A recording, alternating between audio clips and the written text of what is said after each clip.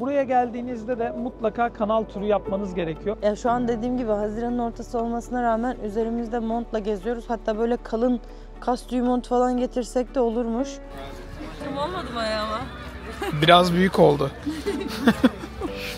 Dediğim gibi biz bileti yanlış almışız. Burası böyle küçük şirin renkli, yeşil, mavi, böyle turuncumsu, farklı farklı renklerde evlerden oluşan bir yer.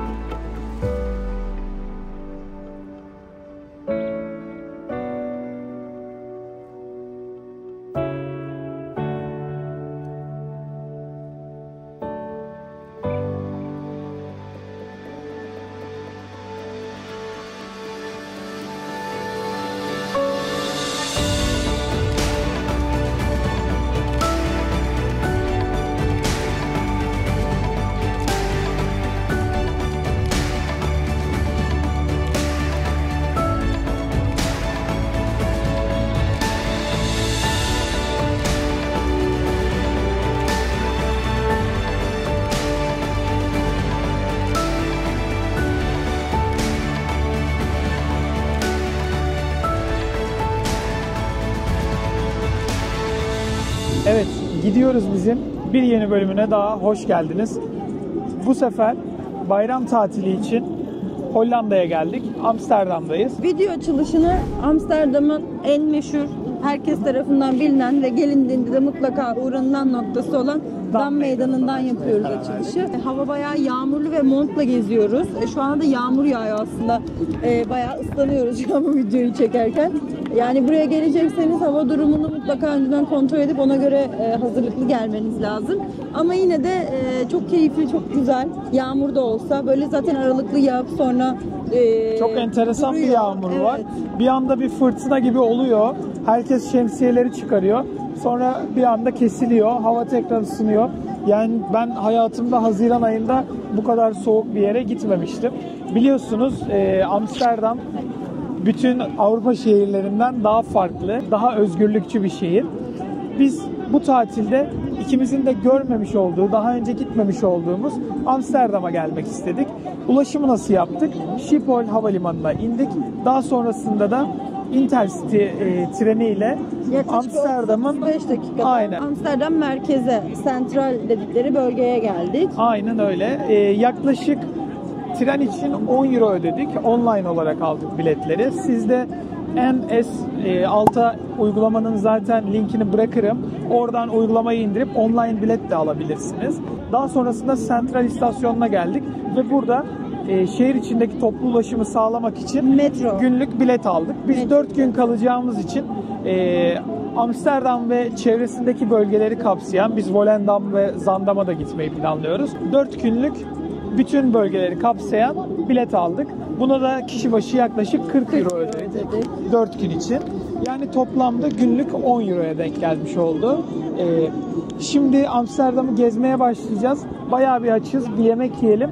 Daha sonrasında da Dam Meydanı'nın ara sokaklarında ve bu çevrede yavaş yavaş Amsterdam'ı keşfetmeye başlayacağız. Bulunduğumuz meydandan kısaca bahsedecek olursak da arkamızda gördüğünüz bölge zaten Dam Meydanı olarak geçiyor. Burası Amsterdam'ın işte buluşma noktası, insanların daha çok buluşup kaynaştığı ve buradan dağıldığı bir nokta. Avrupa şehirlerinin hemen hemen hepsinde böyle meydanlar oluyor zaten. Burada da Madame Tussauds Müzesi var hemen karşımızda. De Bijenkorf adını şu an doğru söyleyebiliyor muyum bilmiyorum. Bir AVM mantığındaki bir bina var. İçerisinde farklı farklı markalar var. Ve arkamızda da Kraliyet Sarayı var. Biraz burayı dolandıktan sonra Doğuş'un da dediği gibi bir şeyler atıştırmaya gideceğiz. Yemek konusunda yine bütün gittiğimiz yerlerde olduğu gibi gelmeden önce bayağı böyle bir lokasyon bazlı liste yaptık. İşte nerede yenir, hamburger nerede yenir, patates kızartması nerede yenir. Biliyorsunuz Amsterdam'ın patates kızartması meşhur. Henüz tadına bakmadık. Şimdi bir yemek yiyelim. Daha sonrasında da mutlaka o patates kızartmalarını, meşhur patates kızartmalarını size göstereceğiz. Ve aslında nerede yemeleri gerektiğine dair de kafanızda belli şeyler oluşur.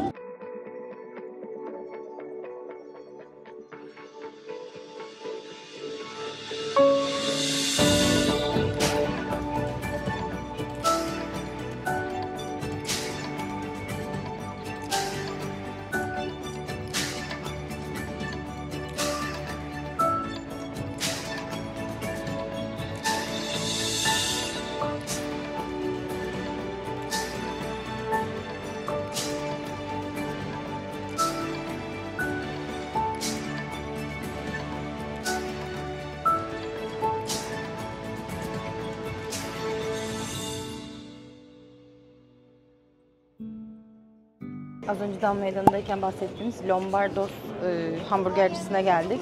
Burası çok güzel, küçük, tatlı bir kafe. İçeride de yaklaşık böyle 7-8 kişilik oturma yeri var. Burada şöyle bir şey var. İçeri giriyorsunuz, siparişinizi veriyorsunuz. Sonra kapıya çıkıyorsunuz. Sizi bir sıraya alıyorlar. Ondan sonra içeri alıyorlar. Kısıtlı oturma yeri olduğu için. O yüzden öyle direkt geldiğinizde içeri girip oturamıyorsunuz. Önce siparişinizi veriyorsunuz.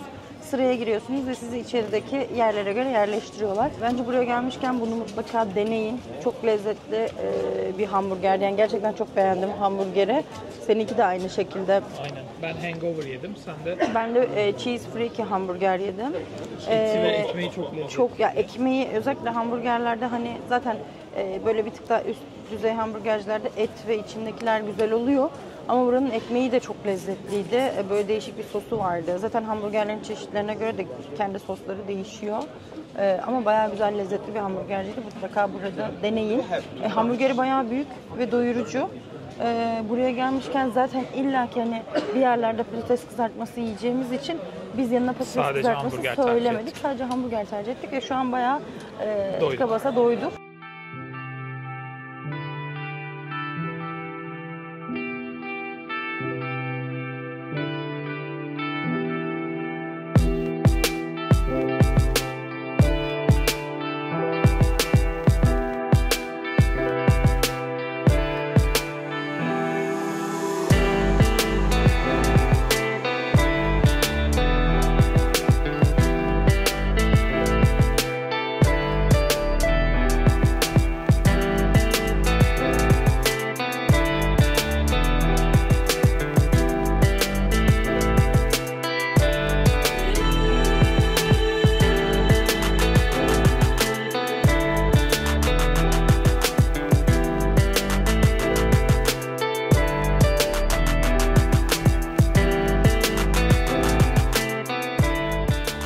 Amsterdam'ı turlamaya devam ediyoruz.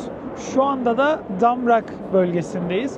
Burası o meşhur kanalların kenarında bulunan yamuk evlerle oldukça bilinen ve popüler bir yer. Birazcık Amsterdam'ın tarihinden bahsetmem gerekirse de Amsterdam kenti bir bataklık çevresi üzerine kurulduğu için bu evlerin zeminleri zamanla kaymasından dolayı yamuluyor, birbirine doğru yaslanıyor. Burası aslında Orta Çağ'daki en büyük ticaret limanlarından bir tanesi ve oldukça fazla denizci bu kente gelip burada ticaretini ve yüklemesini yapıyordu ve o nedenle aslında çok fazla kanal ve su yoluna sahip. Buraya geldiğinizde de mutlaka kanal turu yapmanız gerekiyor. Burada birçok kanal turu yapabileceğiniz acentalar bulunuyor. Bunlardan kişi başı yaklaşık 20 euro civarına Amsterdam'ı kanal turuyla da keşfedebilirsiniz.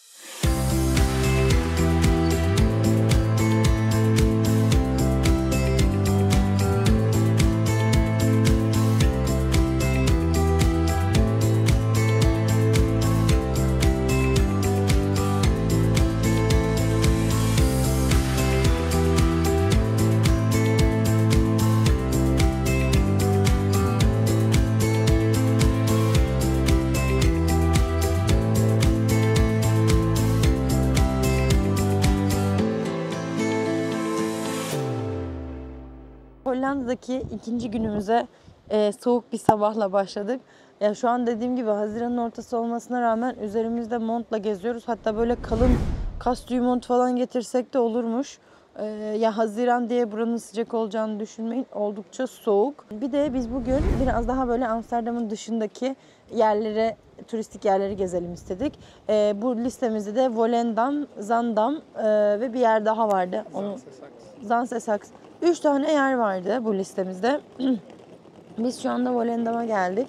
Buraya Amsterdam Central'den yaklaşık böyle bir yarım saatlik bir sürede geldik.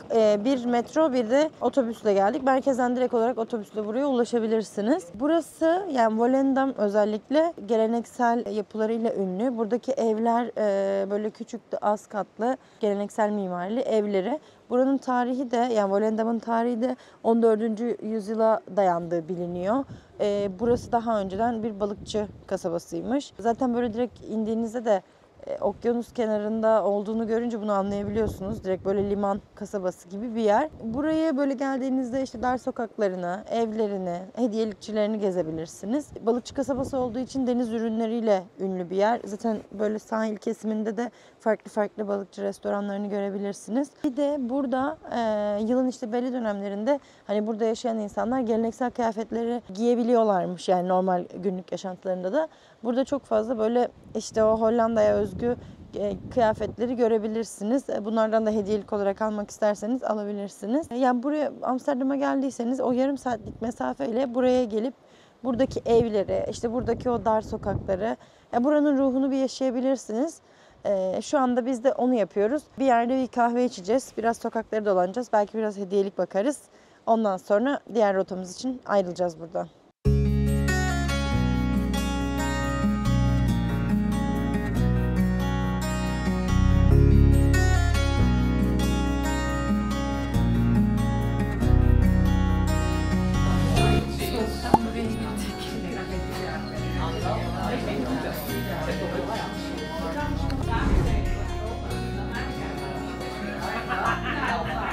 Bu güzel sahil kasabasından kahvelerimizi içtikten sonra ayrılıyoruz.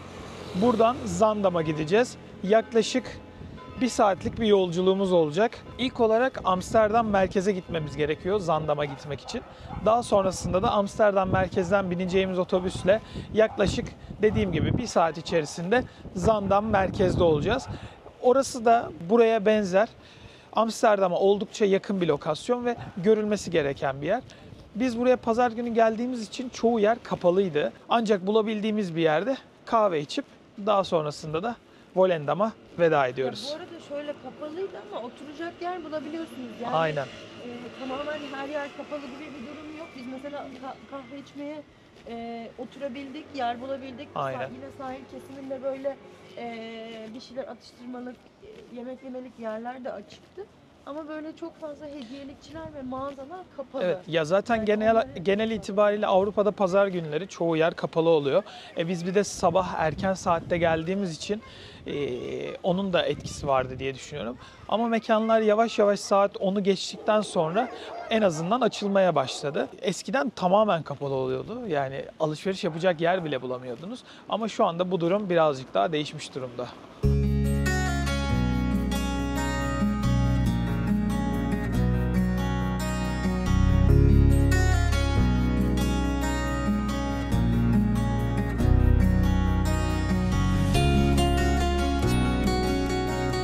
Zaandam'a geldik. Üzerimden de görebileceğiniz üzere şu an sağanak bir yağmur var. Yağmura yakalandık burada. Burası böyle küçük şirin renkli, yeşil, mavi, böyle turuncumsu, farklı farklı renklerde evlerden oluşan bir yer. Arkamda görmüş olduğunuz bina da aslında bir otel ama dışı çok tatlı, çok güzel. Buraya da bence mutlaka gelin, görün. Yine böyle caddede boylu boyunca mağazalar var, kafeler var. Farklı farklı oturup yemek yiyebileceğiniz restoranlar var. Burası da böyle gezilip görünmesi gereken kasabalardan bir tanesi. Bu renkli evleri mutlaka gelin, görün deriz.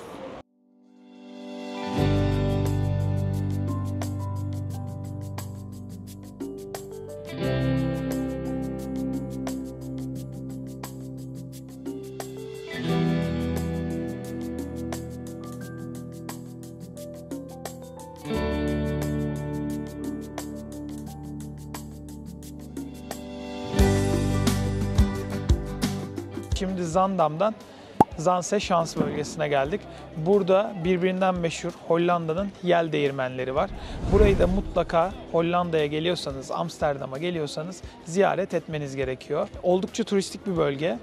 Bura hakkında çok fazla detaylı bilgi vermeyeceğim. Yel değirmenleri var.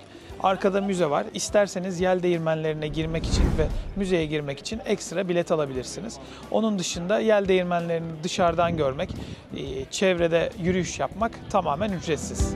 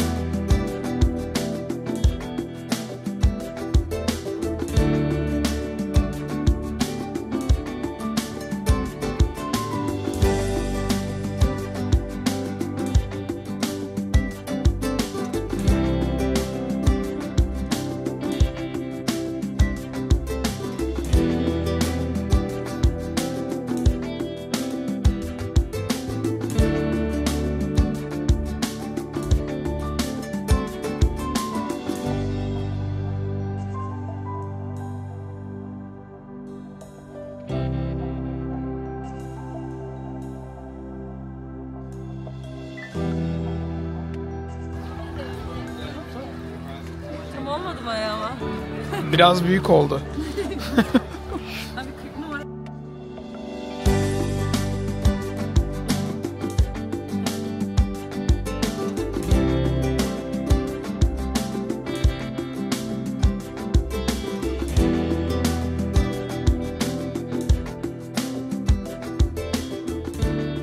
Amsterdam'a geri döndük ve şu anda Jordan bölgesindeyiz. Bu bölgede çok güzel bir elmalı tart satan dükkan var, Winkel 43 ismi. Oraya gideceğiz. Ama öncesinde Anne Frank'ın müzesine geldik. Daha önceden biletimiz olmadığı için biz bugün buraya giriş yapamadık. Online bilet almamıştık. Hatta Temmuz'a kadar da biletlerin satıldığını söyledi.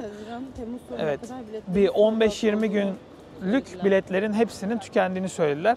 O nedenle ziyaret edemedik. Evinin önünden geçtik. Bayağı bir fotoğraf çeken insan var.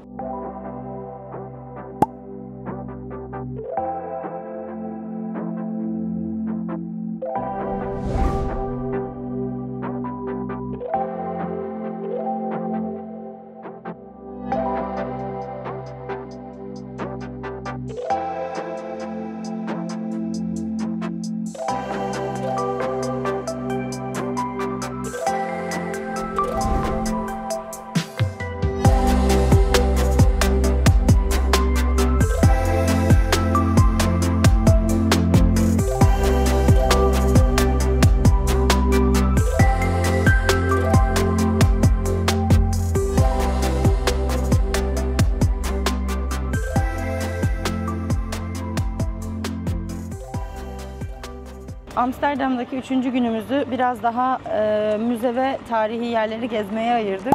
Şu anda da arkamda görmüş olduğunuz Rijksmuseum bölgesindeyiz. Adını doğru mu söylüyorum bilmiyorum ama bu müze de yine Amsterdam'a gelmeden önce mutlaka görmeniz gereken yerlerden bir tanesi olarak her listede karşınıza çıkar. Bizim de aynı şekilde oldu. Bu müzede Hollanda Krallığı'nın Orta Çağ'dan 20. yüzyıla kadar olan dönemdeki eserlerini görebiliyorsunuz. 3 katı var, yani 0, 1 ve 2 olarak. Katlarda da yıllara göre bölünmüş sergiler var, eserler var. Yine bu müzede görebileceğiniz dünyaca ünlü eserlerden bir tanesi The Night Watch. Bu eser de müzenin içerisinde ayrı bir camlı bölümde yer alıyor. O camlı bölümün içerisinde yine aynı Night Watch gibi böyle farklı dünyaca ünlü eserler var. Eğer müzeye geldiyseniz ve kısıtlı zamanınız varsa o camlı alanı mutlaka ziyaret edin. Zaten yerlerde de oklar var, The Night Watch eserinin nerede olduğunu gösteren. Orayı da mutlaka ziyaret edin.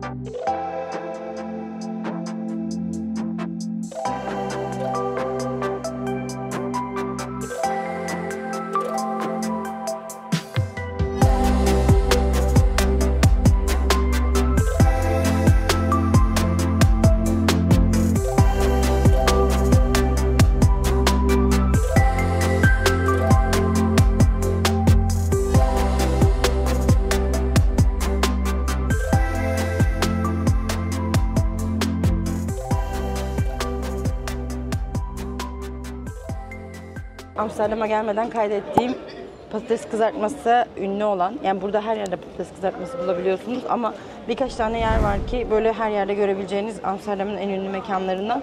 Şu anda onlardan birinde Fabel Fried'dayız. Daha henüz tadına bakmadım. Tadına bakacağım öncelikle ama görüntüsü çok güzel, kokusu da çok güzel. Burada farklı farklı soslarla bunu alabiliyorsunuz. Evet. Çok lezzetli. Buraya da gelebilirsiniz.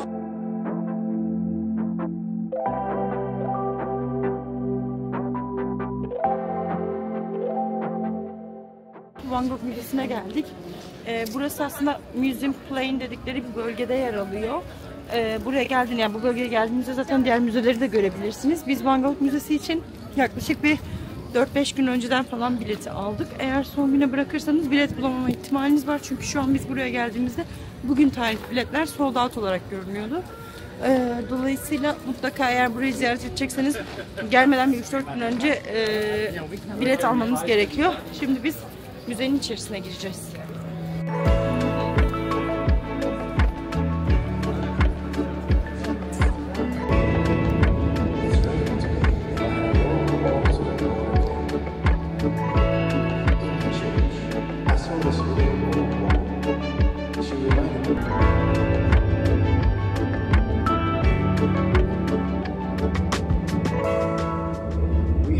Heineken Experience'tan sonra Van Gogh Müzesi'ne gideceğimizi söylemiştik. Öncesinde biletleri ben almıştım. Birazcık Google'ın azizliğine uğradık. Farklı bir experience, farklı bir görsel deneyim şovuna aslında bilet almışım Van Gogh'la alakalı. Asıl Van Gogh Müzesi o müzeler bölgesinde bulunan müze. Bizim aldığımızsa bu Northern Market tarafında olan, aslında burada da tam bulunduğum alanda bir antik pazar kuruluyor. Onu size gösteremedik çünkü bir türlü denk gelemedik. Dün de bu bölgeden geçmiştik. Burası hemen şu arkamda dün elmalı turta yediğimiz yer vardı. Onun yanındaki bir kilisenin içerisinde Van Gogh'la alakalı bir görsel deneyim şovuna katıldık. Dediğim gibi biz bileti yanlış almışız. Normalde sizin almanız gereken yer o müzeler bölgesinde olan etkinlik, müze. Biz Northern Mark tarafında olan etkinliğe bilet almışız. Sakın siz de bu hataya düşmeyin. Yani şöyle, çünkü yani Google Search'lerde direkt ilk olarak burası çıkıyor. Google Search'e Van Gogh Müzesi yazdığınız zaman Van Gogh X Rembrandt diye bir etkinlik çıkıyor. En üstte çıkıyor. Aynen öyle. Eğer ona bilet alırsanız bu bahsettiğimiz Northern Market bölgesindeki etkinliğe gelmiş oluyorsunuz. Aynen öyle. Ama eğer hani asıl eserlerin olduğu Van Gogh Müzesi'ne gitmek isterseniz, ki biz aslında oraya gitmek istemiştik, biraz şey oldu yani, yanlış bilet almışız. Ama bu da güzeldi. Ama evet, İçeride Hollanda'nın tarihinden bahsetti ilk başta. Daha sonrasında da Van Gogh'un yaşadığı olaylardan bahsetti. O kulağını kesme vesaire. Daha sonrasında da tamamen bütün kilisede Van Gogh'un eserleri, tablolarını gördük. Çok güzel yansıtmışlardı. Ben böyle bir deneyim beklemiyordum. Çünkü birazcık hevesimiz kırıldı yanlış etkinliğe bilet aldığımız için, ama bu da tatmin ediciydi. Dediğim gibi aklınızda bulunsun, yanlış etkinliğe bilet almayın. Bu zaten sanırım belli sürelerle, belli sürelerde olan bir etkinlik. Her zaman bulunmuyor. Ama dediğim gibi Google Search'lerde direkt en üstte reklam verdikleri için yanlış etkinliğe bilet almışım. Daha önce de Amsterdam'a gelmediğimiz için bunu bilmiyordum. Bir de evet, Amsterdam'da hiç bahsetmediğimiz kısımlar da var. Red Light bölgesi ve Türkiye'de yasal olmayan ürünlerin satışı gibi. Bunlara çok fazla videoda değinmek istemiyorum. Zaten Türkiye'de yasal değil. Biz de tavsiye etmiyoruz. Şimdi Dam Meydanı'na tekrar geri döneceğiz. Belki biraz alışveriş yaparız. Hala vaktimiz var. Daha sonrasında da gidebilirsek Vondel Park'a gideceğiz. Birazcık şehrin dışında bulunan çok güzel bir park burası. Orayı da size gösterip daha sonrasında zaten yarın Brüksel'e doğru yola çıkıyoruz. Bu videoda mı olur yoksa farklı bir videodan mı Brüksel'e çekeriz? Henüz daha karar vermedik. Şimdi Dam Meydanı'na gidelim. Şimdi Dam Meydanı'na doğru yürüyoruz. Öncesinde bir yemek yiyelim istedik ve The Butcher isimli hamburger dükkanına gideceğiz. Bu da yine Dam Meydanı'na oldukça yakın bir mesafede bulunuyor. Bir de bu eski Hollanda evleriyle alakalı, eski Amsterdam evleriyle alakalı bilmeniz gereken çok önemli bir şey var. Bildiğiniz üzere bu evler çok darlar. O nedenle eşya taşırken bu evlere eşya sokmak çok mümkün değil. O nedenle evlerin çatısının altına bir çıkıntı yapıyorlar ve buradan halat vasıtasıyla eşyalarını üst katlara rahatlıkla taşıyabiliyorlar. Şöyle, yani sadece evleri değil, Amsterdam'ın genelinde bizim kaldığımız otelde de yukarı çıkan merdivenler çok dar. dik. Yani eğer kalın büyük bir bavulla gelirseniz, böyle en büyük boy bavulla gelirseniz merdivenlerden çıkarmakta çok zorlanabilirsiniz. Otelde yardım Otellerde isteyebilirsiniz asansör yani. falan yok yani. Eski evler olduğu için içerisinde asansör bulunmuyor çoğu Amsterdam evinin. Şeylerden, kancalarda var çünkü evin içi Büyük eşyaları taşımak imkansız o merdivenlerden. O nedenle o kancaları kullanarak eşyalarını rahatlıkla taşıyorlar.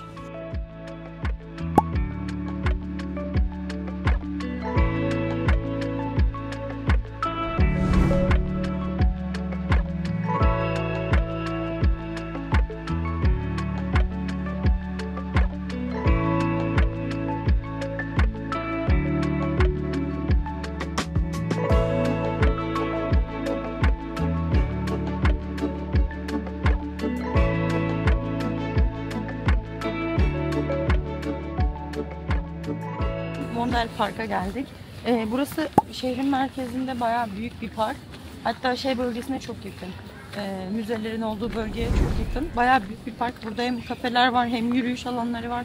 Hem ortada böyle işte kanallar var. Çok güzel böyle vakit geçirmelik bir park. Bir şeyler alıp burada yiyip içebilirsiniz. Çimlere uzanıp. Keyifli vakit geçirebileceğiniz bir park burası. Burayı da listenize ekleyin. Amsterdam'daki 4. günün sabahından herkese günaydın. Şu anda Amsterdam Central'deki otobüs terminali, tren hepsi burada zaten. Genel bir terminal var burada, yani hem trenin hem tramvayın hem işte otobüslerin olduğu. Şu anda 4. günün sabahında biz Amsterdam'dan Brüksel'e, Belçika'ya geçiyoruz. Biz biletlerimizi bir gün önceden aldık, yani tren biletlerini, ve 50 euroya geldi. Eğer biletlerinizi daha önceden, yani 3-4 gün öncesinden alırsanız 25 euroya kadar bilet alabiliyorsunuz. Yaklaşık 2-3 saatlik bir yolculuk yapacağız Brüksel'e geçmek için. Farklı firmaların tren hatları, yani trenleri var. Bazılarıyla 2 saatte gidebiliyorsunuz. Bizim aldığımız 3 saatte giden trenlerden. Ve biz son güne bıraktığımız için hem uygun olana bilet bulamadık, hem de daha uzun olan treni satın almak durumunda kaldık.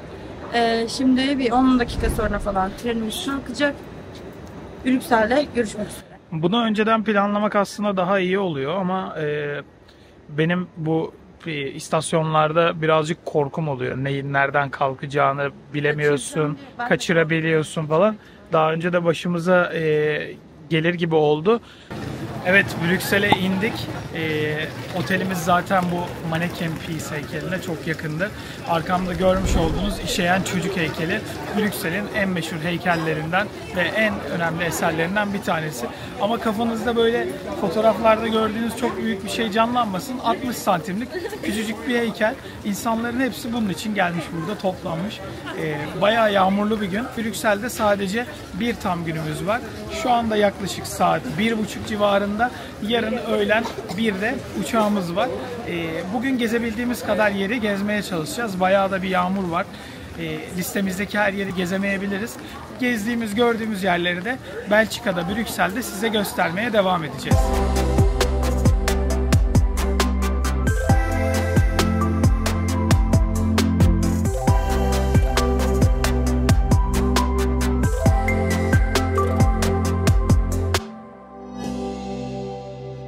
Brüksel'deki 24 saatimizin ilk gezi noktalarından bir tanesindeyiz. Grand Place bölgesindeyiz.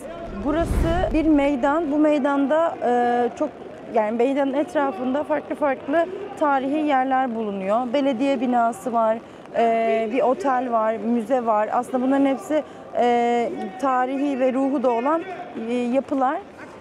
Buranın tarihi 12. 13. yüzyıla kadar dayandığı biliniyor. Ama bugünkü görünümlerini, bugünkü yapılarını alması 19. yüzyılda yapılmış. Arkamda görmüş olduğunuz Brüksel Belediye Binası. Bu belediye binası şu anda aktif olarak da kullanılıyor. Bu bulunduğumuz bölge uzun yıllar boyunca ticari, tarihi ve aslında birçok aktivitesinin yapıldığı meydan olarak kullanılmış. Biz de şu an burada etraftaki sokakları gezeceğiz. Buradaki müzeye, belediye binasını ve işte bulunan otelin görkemli yapısını inceleyeceğiz. Daha sonra turumuza devam edeceğiz.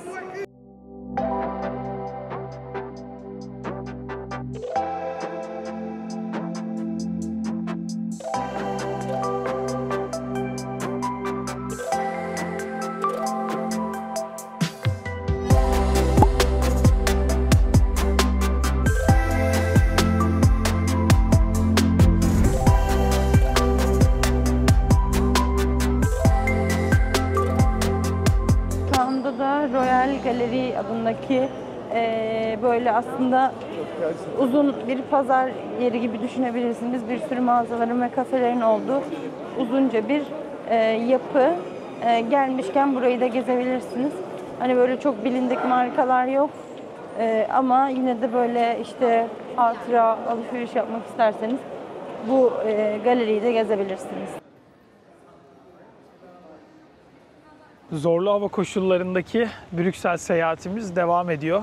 Bir günümüz olduğu için birçok yeri aynı zamanda arka arkaya gezmeye çalışıyoruz. Hemen parkta Brüksel'e geldik. Burası Brüksel'in en büyük parkı. Burada insanlar güzel havalarda, hafta sonlarında sosyalleşip güzel vakit geçiriyorlar. Bugün biz burada pek fazla bir şey yapamıyoruz ama size göstermek ve biz de görmek için buraya geldik. Önümde Belçika'nın Kraliyet Sarayı bulunuyor. Zaten bu yol üzerinde hemen Parkta Brüksel'e ve Kraliyet Sarayı'na ulaşmanız mümkün. Biz merkezden yaklaşık 10 dakika yürüme mesafesiyle buraya ulaştık. Siz de burayı rotanıza eklemeyi unutmayın.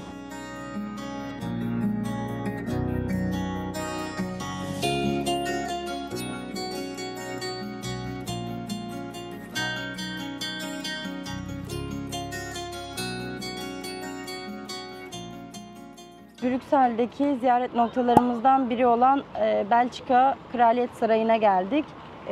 Burasının yapımı 18. yüzyılın sonlarında tamamlanmış ve burası şu anda günümüzde de hala aktif olarak Belçika Kralı'nın işte resmi görüşmelerini yaptığı, toplantılarını yaptığı ve ikametgahı olarak görünen yer Kraliyet Sarayı olduğu için. Buranın aslında bahçesinde de gezilecek yerler var ve sarayın içi de normalde gezilmek üzere açık. Ama bizim şansımıza geldiğimiz dönemde şu an sarayın içerisini göremiyoruz, gezemiyoruz. Dışarıdaki bahçelerine, hani sarayın içine giriş olmadığı için bahçeleri uzaktan görebiliyorsunuz. Ama hem sarayın içini görmek hem de bahçeleri gezmek isterseniz açık olduğu döneme denk gelmeniz lazım. O da biraz şans bizim için, kötü bir güne denk geldi. Hatta biz şeye de giremedik. Belediye binasına da giremedik ve belediye binasının kapalı olduğu tek gün Salı günü. Salı günleri kapalı oluyormuş. Bizim şansımıza da denk geldi. İçine giremedik. Dışarıdan görmek için geldik burayı.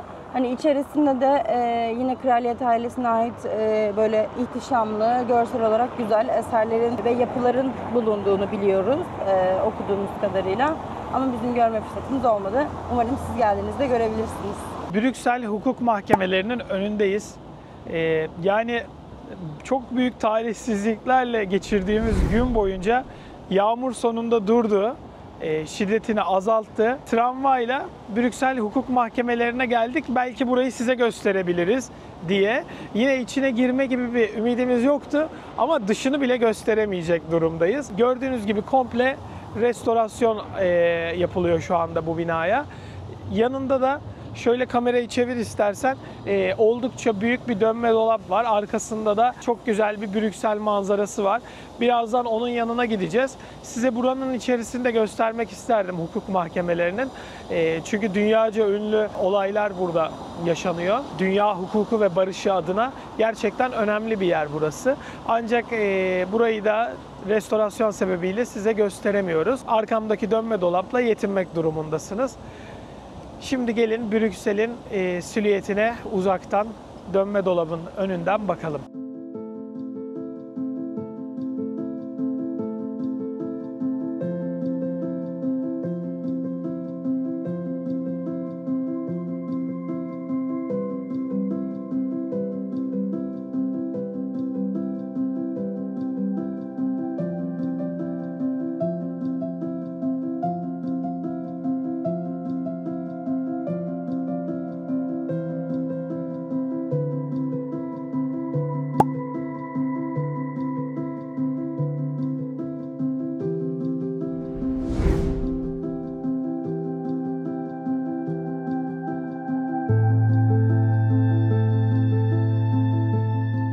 Başımıza neler geldi. Lobster'da kalmıştık en son. Lobster'da biz hiç konuştuk mu? hiç konuşmadık. Çok beğendik ama Yağmur bizi o kadar sersem yaptı ki direkt odaya geçtik, bir dinlendik. Şimdi de Belçika waffle'ının tadına bakmadan dönmeyelim istedik. Biraz Lobster'dan bahsetsek. Evet, Lobster'dan bahset. Şimdi biz buraya geldikten sonra bir nerede ne yesek diye karar verirken yüksek puanlı restoranlara bakıyorduk. Lobster House diye bir yeri bulduk. Oraya gittik direkt. Benim de canım biraz deniz ürünü çekiyordu. O yüzden orayı tercih ettik.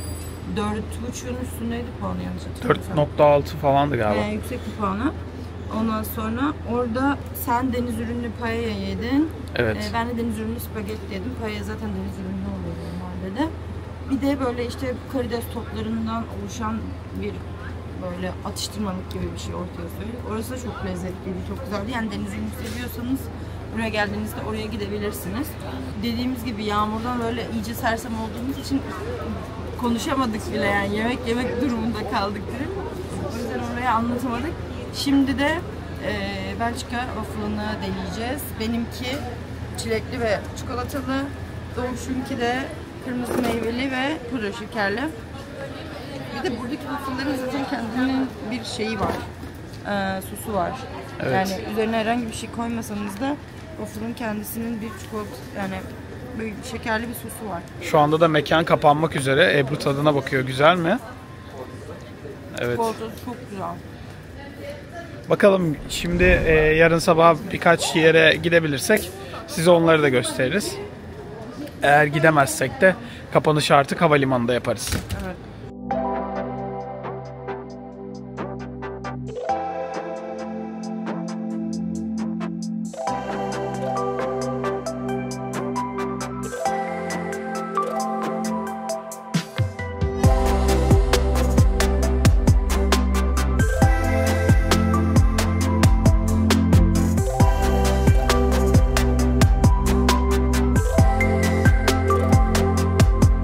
Havalimanı bir veda daha. Bizi izlediğiniz için teşekkür ederiz. Bu videomuzda Amsterdam ve Brüksel'i hep beraber gezmeye çalıştık. Bugün hasta oldum ve Türkiye'ye doğru geri dönüyoruz. Tatilimizin son günü bugün. Dediğim gibi havalimanındayız. Biz havalimanındayız ancak diğer seyahat videolarımızı izlemek için kanalımıza abone olup videoları beğenmeyi sakın unutmayın. Kendinize çok iyi bakın. Gidiyoruz bizden. Bu videoluk bu kadar.